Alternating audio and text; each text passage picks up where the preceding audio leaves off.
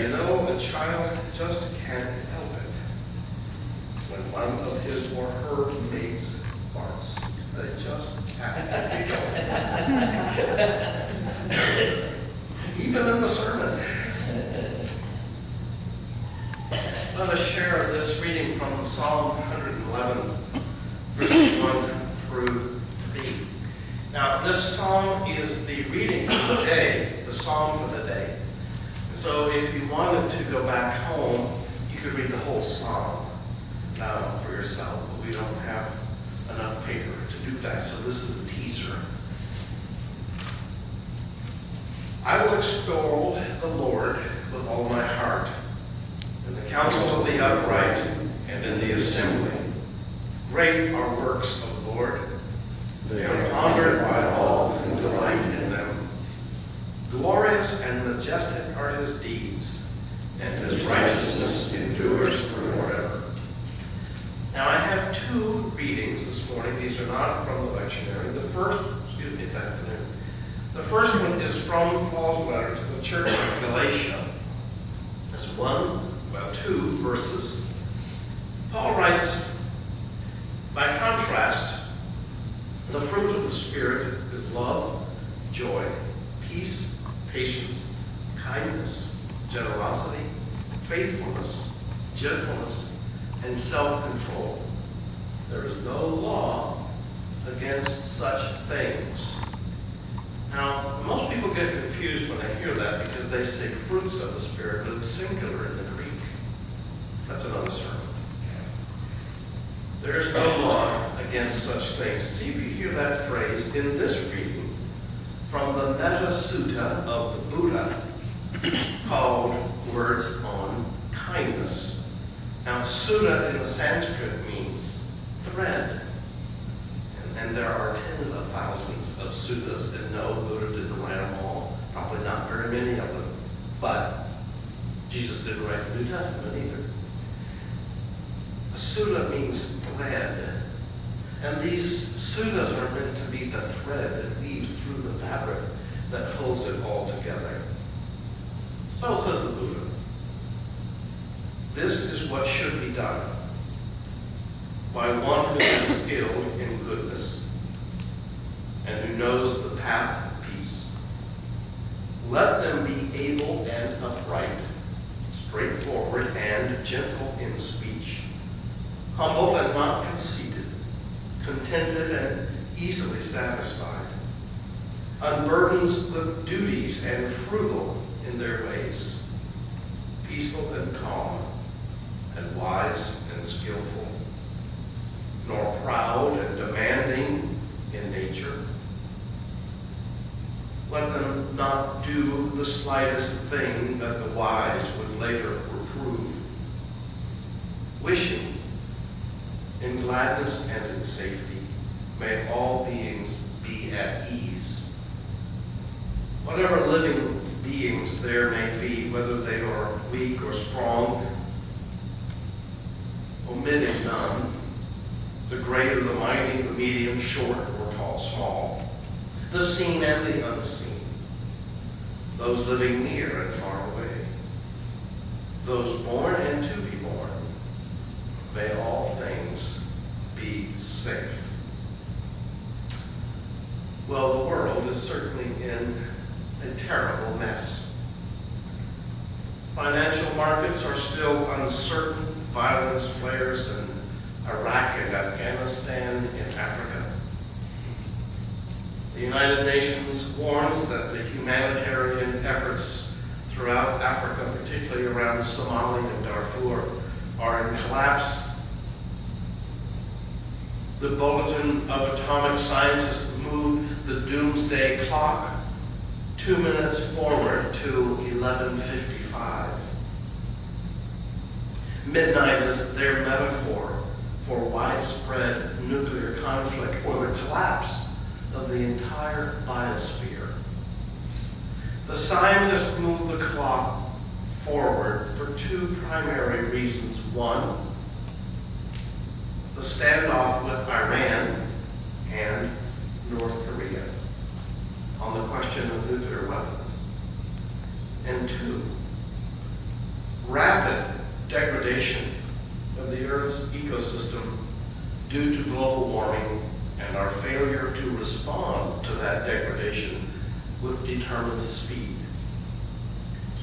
Greed and violence corrupt every aspect of our lives, including commerce, politics, entertainment, and I must say, religion.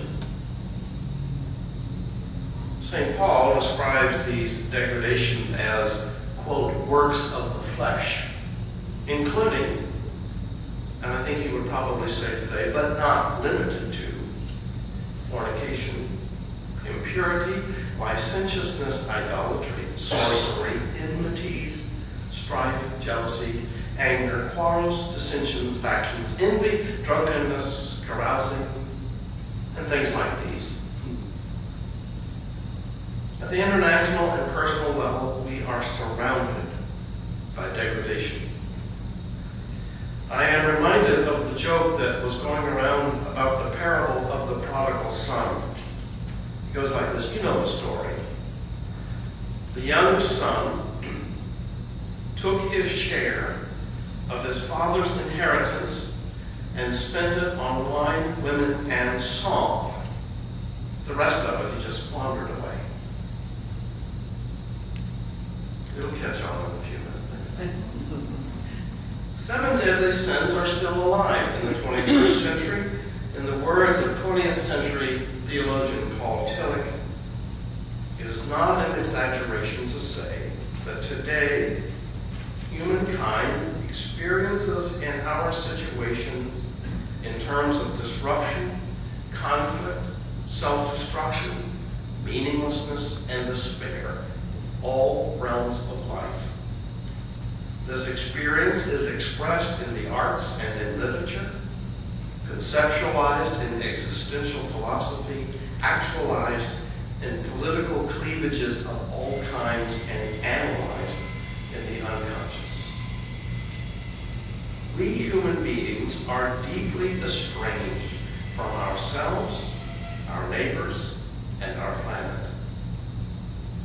The question is whether or not there is another way. Is there a genuine alternative to greed, fear, and violence? Does religion offer a new way of being? Tillich asks, is there anyone in whom this new being is manifest? And he concluded that Jesus Christ was one who manifested this new being. St. Paul asserted that those whose lives are rooted in and directed by the Spirit of God manifest the qualities of a new being. And these are love, joy, peace, patience, kindness, generosity, and self-control. I could gladly include in the company of Jesus Christ the Mahatma Gandhi and the Buddha as examples outside the Christian tradition. The Dalai Lama said, my religion is simple. My religion is kindness. And I think from what I know of the Dalai Lama, we would happily include him in the company of gentle spirits. Kindness, like all of the virtues in Paul's list, speaks to the general character of a person. Now, we're not just talking, you see, about right behavior or personal ethics. In fact, we are speaking about that which is beyond the minimum of moral law. We are engaged in the temperament, the quality of our relationships with others. We are reaching beyond common courtesy. We are digging deep into the loam of genuine concern for another person's well-being. Now, did you know that the word kind is from the root word gen, G-E-N, as in generate or Genesis? You know what I'm talking about when I talk about gen, birth. our kin. Negatively, consider Hamlet's bitter play on words when he calls his famous uncle, quote, a little more than kin and less than kind. See, kindness is more than a gesture of charity. Kindness speaks to the timber of our relationships with other members of the human family. Kindness resonates throughout our mutual relationships or not. Jack Newek wrote about Rabbi Landau in a story called The Hesed Boomerang. One day, Rabbi Landau was walking in the streets of Prague and he came upon a 10-year-old non-Jewish boy who was sitting on the curb of the street crying. Landau asked the boy what was wrong. The boy told him that his father was a baker. Every day the boy would go out and sell rolls, and then he would give his money to his mother. Well, on this day he had been mugged. His money and the remaining rolls had been stolen. And that meant his family would not eat that day. He was afraid to face his mother with the truth. Without batting an eye, Rabbi Landau reached into his pockets and gave the money that the boy would have earned. And the boy sat there astonished. 8 years later, Rabbi Landau answered a knock at the door. A tall young man stood at the door. He said, I know that your Passover holiday ends on Monday. Well, the non-Jewish bakers in our town have decided to pay back the Jews for killing Jesus. So they're going to poison the bread. Now, I'm sworn to secrecy. So, Rabbi, please don't let your people eat the bread. And do not let anyone know why, or the bakers will kill me. Rabbi Landau looked at the young man incredulously. Why are you telling me this? The young man replied, do you remember a little boy who sat on the street crying about 8 years ago? Do you remember how you helped him? Well, I do. The little boy was me, and I will never forget you. You Jews are compassionate and good. I know that. And this is my way of saying thank you. Rabbi Landau thought about this predicament and he issued a decree that there was a mistake in the calendar and that the Jews must celebrate yet another day of Passover and not eat leavened bread. The Prague bakers lost money. They wouldn't sell the poisoned bread to anybody else, of course. They complained to the local authorities that Rabbi Landau had caused them monetary loss. There was an investigation and the poisoned bread was discovered. Small acts of kindness can lead to acts of compassion that save lives. Now, there was no law compelling Rabbi Landau to give the child money to cover his losses. It was his heart that compelled him to feel the boy's fear and put money in his hands. He saw in that child not some little goyim, but a frightened child. The child's religion did not matter. Rabbi Landau embraced the boy's plight as if that child were his own, as if he was kin. It brings to my mind a verse by Alexander Pope from his poem, The Universal Prayer. Teach me to feel another's woe, to hide the fault I see, that mercy I to others show, that mercy shown to me. Teach me to feel another's woe is the prayer of every kind heart, regardless of your religion or denomination or the lack thereof.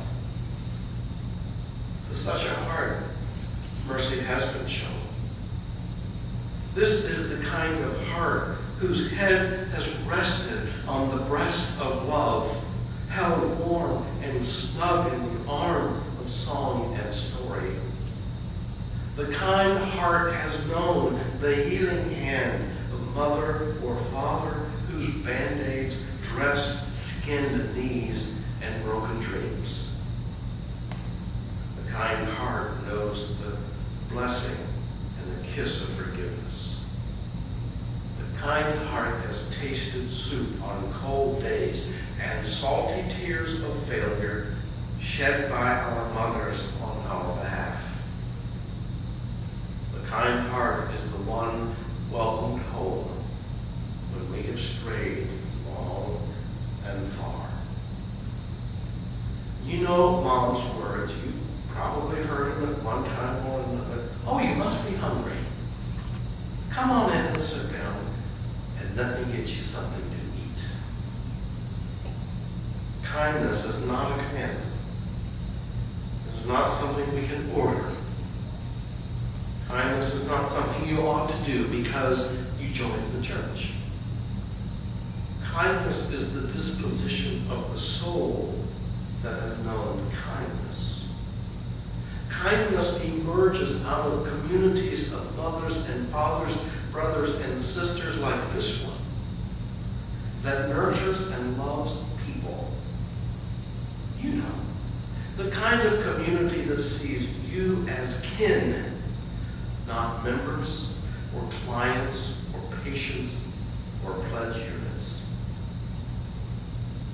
I submit to you that kindness is a revolution in a world dominated by consumerism, materialism, market share, and militant nationalism. Gently and warming kindness brings down the barricades of hatred. Kindness melts away the fortress of fear. Only by kindness are the boils of anger lanced. Only by kindness is the fever of revenge cooled. Kindness is a way of being in a world that so often can only be described as broken or wounded. I believe it would be a revolution if Jews, Christians, Muslims, Buddhists, Hindus, and atheists practice kindness first and foremost with each other. Imagine what such a difference kindness would make between Sunni and Shiites in Iraq. Imagine a world where we treated one another as kin rather than illegitimate bastards or heathens. I tell you, that would be a revolution. In fact, I dare say there is no legitimate religion that is not the force of kindness, whose every member is an agent of kindness. William Wordsworth wrote, "That best portion of a good man's life is little, nameless, unremembered acts of kindness and love." Would that religions everywhere, churches, mosques, synagogues, and temples, priests, imams, rabbis could minister, be that kindness that would heal the world. Before scriptures or religious rites and dogmatics or church government. Let kindness be the heart of our faith. May every sect that divides and damns those who are different melt before the fire of kindness.